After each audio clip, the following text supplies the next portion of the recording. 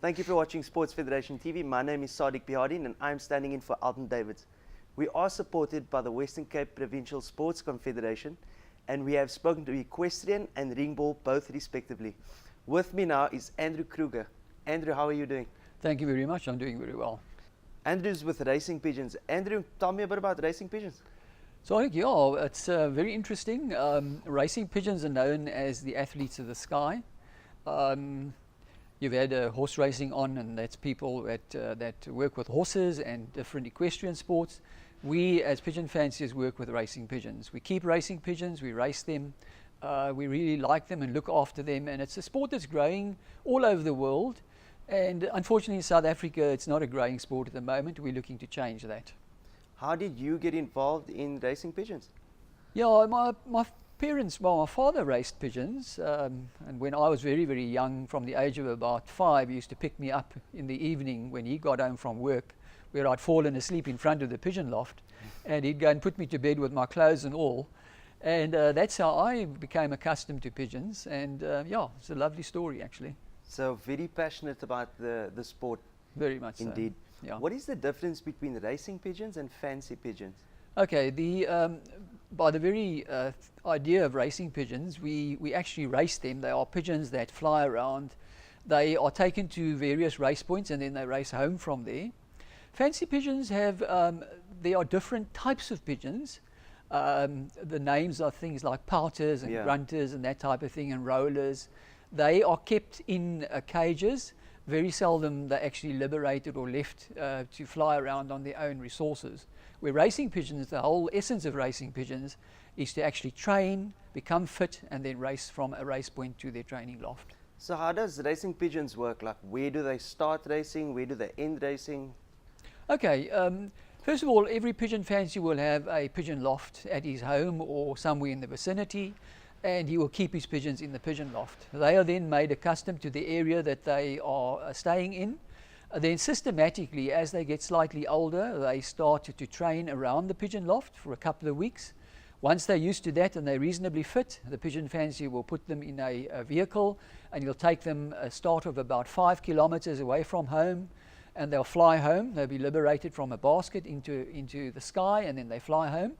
Then he'll take them 10 kilometers and then 15 kilometers, and so they progress gradually. Yeah, until they get to about 100 kilometers, and then they're ready to have a race. So how often do you guys take part in events and races and so on? Pigeon racing starts in the winter, around about the beginning of June. So the first races start the first weekend of June on a Saturday. And normally the program runs for 22 weeks during the course of the winter months on a Saturday. So how does one get judged? Like, how do you know you win or you lose? Or right, it's quite technical in that the pigeons, in the old days, the pigeons would carry a rubber ring on the leg that has not got the registration band on, because there's when the baby's in the nest, before their feet become too big, they are fitted with a registration band. And that registration ring stays with them lifelong. Okay. On the other leg, they have, in the old days, you would have a rubber ring, which is registered, and which is then detailed on the evening of basketing. The pigeon would then race home, and when it gets home, the pigeon fancier would take the rubber ring off, put it in a mechanical clock, and record the time. Nowadays, of course, everything's technologically advanced. So as with cell phones and everything else, pigeons also have electronic chips on their leg, also in the form of a ring with a chip. And then, of course, they fly home with this electronic chip on their leg, and then they walk over a pad at home, and the pad records them onto an electronic clocking device, which is then taken to the club, and then that is read out by a computer. That's amazing. I think my big question personally, how can you assure that your pigeon's going to come home? Yeah, you see, we don't have control over that. Pigeons come home because they love their owners. They love their loft, obviously. It's a warm environment. It's a safe environment. They're safe from predators and all that type of thing. And of course, they get fed there. They have their food and their water there. So they become very accustomed to racing from various points back to their home. Nobody forces them to do that. They do it because they want to. People forget that and we've had criticism in the past and said, but this is a case of animal mistreating. And it's certainly not, because nobody forces a pigeon to do anything. When they are liberated in supreme condition. They are really well looked after. The owner of the pigeon would make sure that they get the best treatment as far as nutrition, supplements, etc. is concerned. And when they race home, they are in superb condition.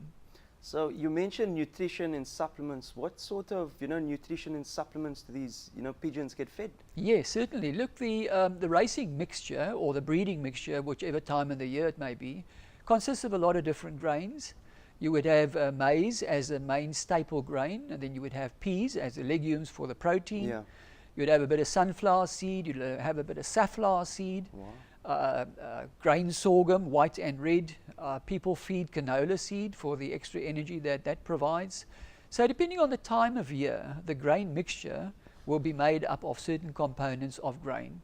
And then a lot of people feed pellets as well. Okay. It's a very stable type of nutrition because it's a balanced nutrition which always has the same type of component. So it becomes very intricate as well, like these precise things they get fed, it's very practical as well. Very much so. Is there a specific bird that races or pigeon that races, or are they different species? Yeah, they've been evolved over the last probably 200 years. Okay. People in the audience today may know about, racing.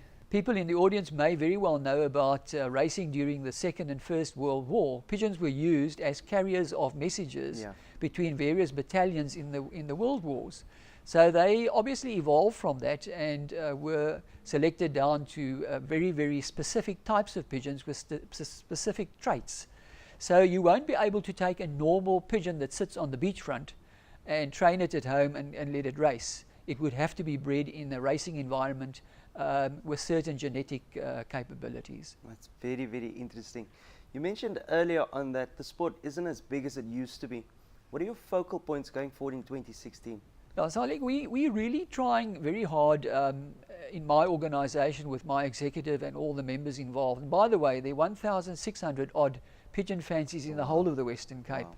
So it is a pretty large number of people, but it has come down from about 4,000 in the Western Cape, so we are a bit worried about that. The average age of the pigeon fancy is around about 55, 60 years old. So we are very keen to launch pigeon racing into the schools. Yeah. We find that the commitment to pigeons in the form of a hobby or a sport allows the children that type of input to take them out of activities which are antisocial. Yeah.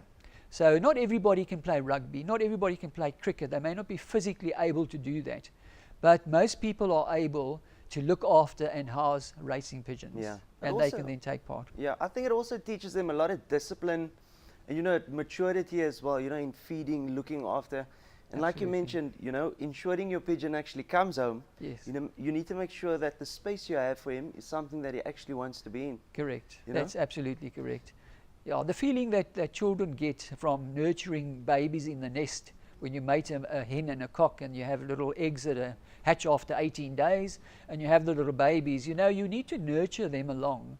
And we find that draws the children very nicely, and of course it gives them a very nice interest. So many children nowadays do not have a positive interest other than their school time, and after school they have nothing to do. Yeah. And as everybody knows, when you have time on your hands, sometimes you are influenced by negative influences. Yeah. And then in September you also have an upcoming tournament, if I'm not mistaken. That's quite correct. We had our first, after about a 30-odd year break, a provincial race last year in September from a race point called Hanover to Cape Town. It was won by Mr. Albert Lingenfelder from Valiesdorp.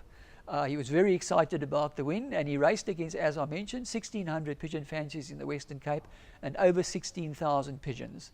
So it was quite an achievement. This year, on the 10th of September, we are racing from Hopetown, and it will again be a provincial race from Hopetown to Cape Town, and we will have a joint ring out where everybody in the Western Cape that races pigeons can all join in. And then for the guys who's interested in the sport and also who just wants to be spectators, how do they get involved? How do they contact you? Okay, the best way would be actually to go onto a website. There are a couple of websites. The national website is www.sanpo.co.za. Then in the Western Cape, we've got two very elaborate websites. The one is the www.westerncapepigeonracing.co.za, and then also there is a very nice website, www.platinumpigeonleague.co.za, and there is plenty of information with contact numbers and a lot about the sport and upcoming events. We've come to the end of our segment. We're chatting about the racing pigeons with Andrew. Extremely exciting sport. I must be honest, I never expected it to be so exciting. Andrew, thank you so much for your time, for being here. Sadiq, thank you very much for the opportunity. I really appreciate it. We'll take an ad break, and when we come back, we'll chat to Yexke.